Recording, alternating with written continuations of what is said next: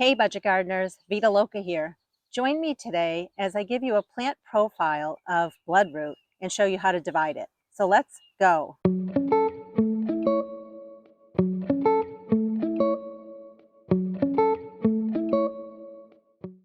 Have you ever heard of bloodroot? A lot of people that I talk to have never heard of this plant, which is exactly why I chose to do a plant profile on it because I have a lot of it in my yard. I absolutely love it, and I think it has a home in many gardeners' spaces, especially if you have shaded or a woodland type of area. Now, I know I'm not going to say the name right, but bloodroot is also known as Sanguinaria candensis. And I'll put the name on the screen, but it's part of the poppy family, and it's one of the very first things that blooms in my yard. What I really like about it is that it's a native wildflower in eastern North America, from Florida all the way up to Canada.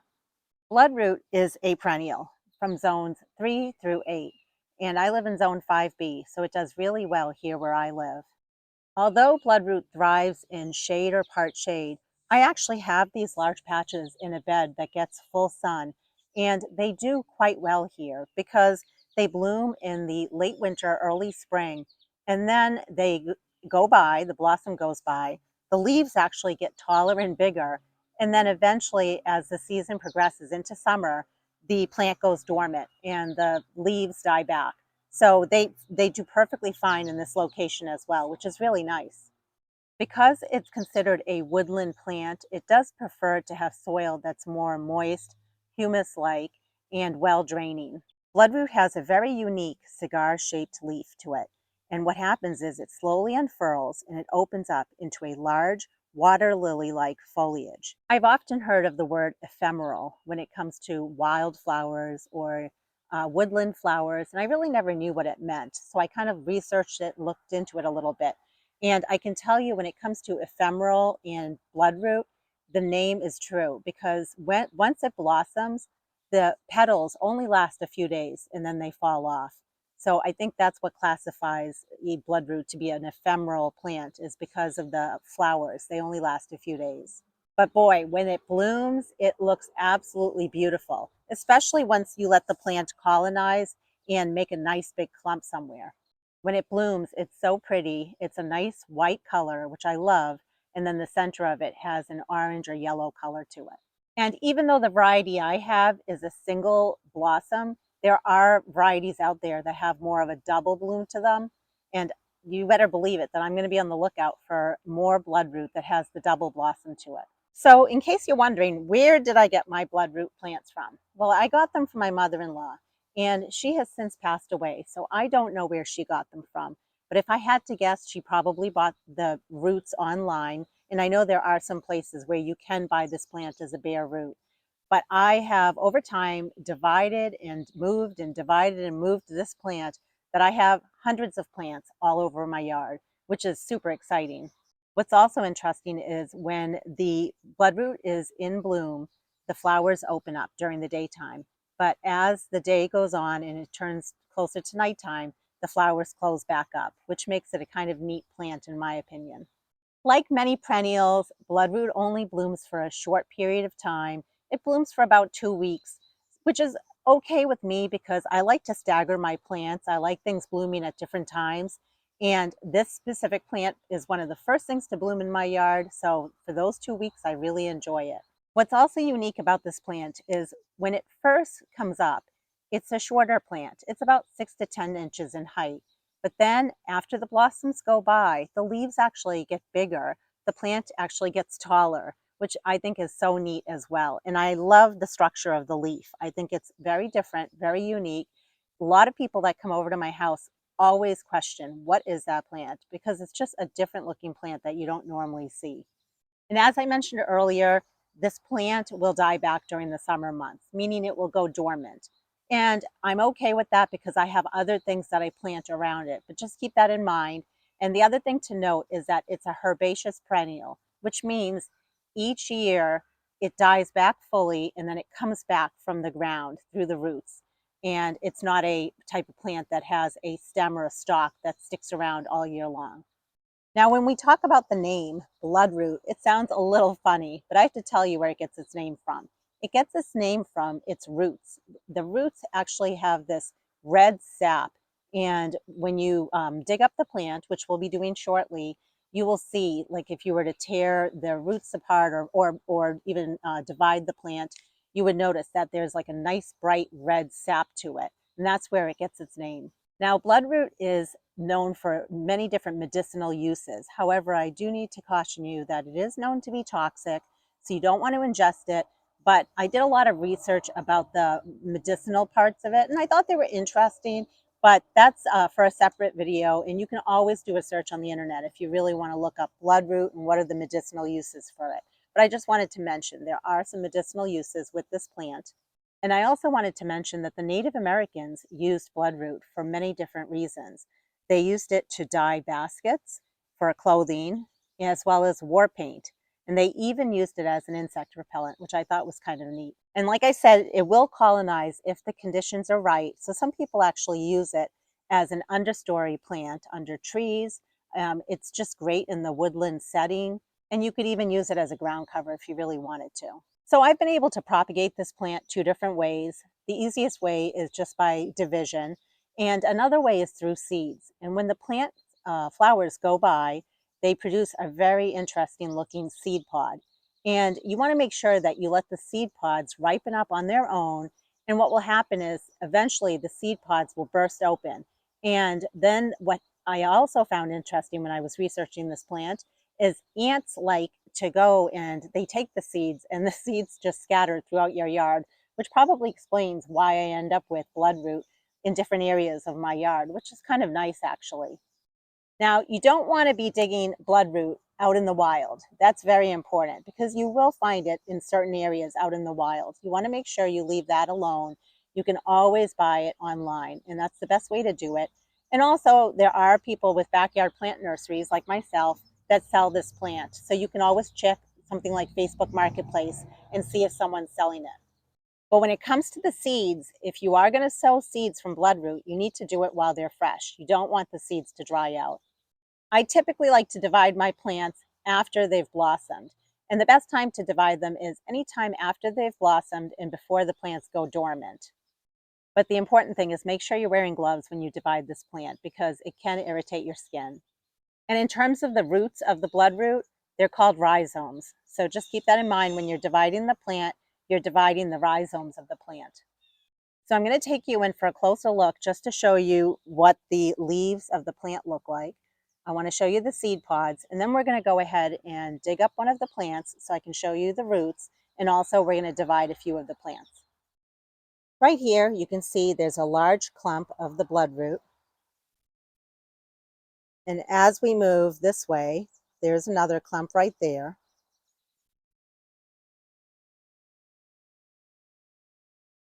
And then there are two more clumps right there.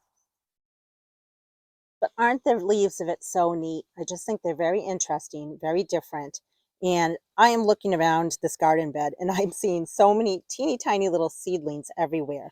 So keep in mind when this plant drops its seeds, the new plants that emerge, the little seedlings that emerge, they might not bloom for at least 2 or 3 years, which is totally fine. So I'm just going to come in here and dig up a nice big piece of the bloodroot. You just want to make sure you're digging out far enough so that you don't break the root. But you can see they are thriving and loving life here. And that's a close-up of the leaf. And you can see that that's where the blossom was, and it's now forming the seed pod. And look at those beautiful roots. See what I mean? They are like blood. They are like the bright red color. And you can see the rhizome in the way it grows. And what happens over time is it just keeps growing this way and producing more plants along the way. So I want to show you how we divide bloodroot, just so you know. And before we divide it, I want to show you there's a little tiny seedling, and there's a seedling as well. And when it comes to the seedlings, you'll see they don't really have much of a rhizome yet. They just have a little bit of root, but give them time. Over time, they will create the rhizomes and they will bloom for you. Just have to be patient. So here's basically a clump or a colony of bloodroot that we dug up. And if you just wanted to divide it, it's really simple. You just have to gently pull it apart. And that's it. Once you pull it apart, you can see you have one plant here, and then this one over here can be pulled apart even more. So again, if I wanted to divide this even more, I'm just going to tug.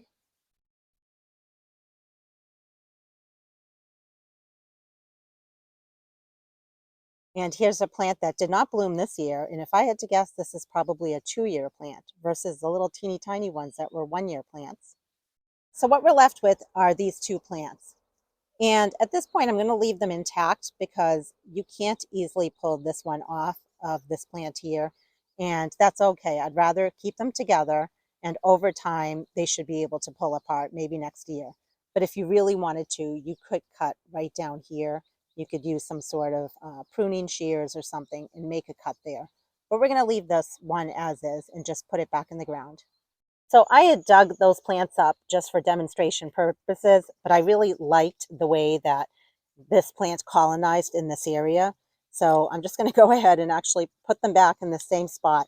And when it comes to planting depth, again, you want to make sure you plant deep enough to get the rhizome and the base part of the plant into the ground. So I normally plant it at least about 2 to 3 inches deep, as long as it's able to support itself and stand up.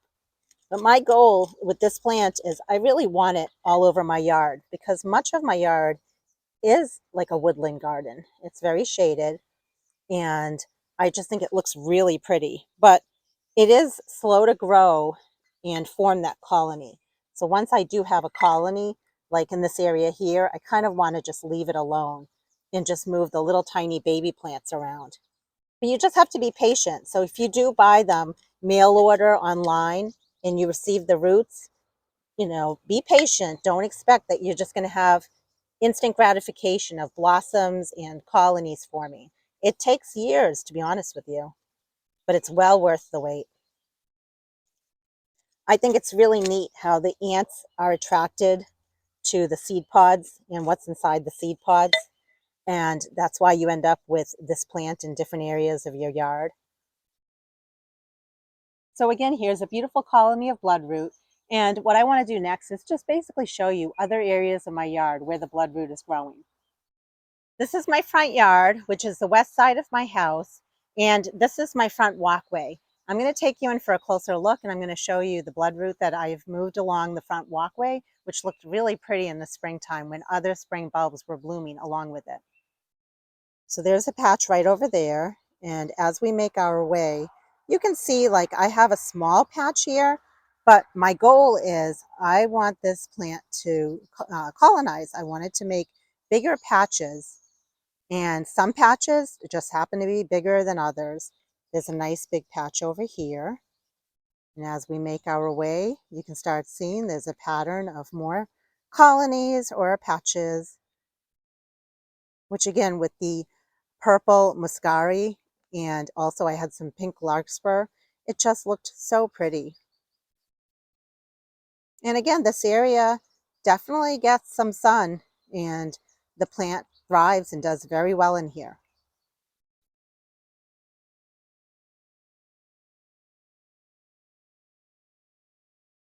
Well, here we are in my backyard, and this is basically the north and also the east side of my house. And you can see when I said that I have a lot of woods and a lot of shaded area, I wasn't joking. And basically where the lawn ends and where the woods begin, I've attempted to make various flower beds. And I'm trying to fill them with lots of shade-loving, native, woodland type of plants. And so in here, you can see that, again, there's a patch of the bloodroot over there. There's some bloodroot over there. There's a couple of patches of bloodroot in here. And I like to having the bloodroot towards the front of my flower bed just because it's that nice pop of color in the early spring months. And there you have it. Hopefully you learned something new when it comes to bloodroot, and maybe you're considering buying it now and having it in your own garden or your own landscape. I'm planning to make more videos when it comes to profiling a certain plant showing you how to dig it up and how to divide it, just so you know how to propagate it. And if you do enjoy videos like that, I would love it if you hit the like button and possibly consider subscribing if you haven't already. And until the next video, make it a great day with gardening.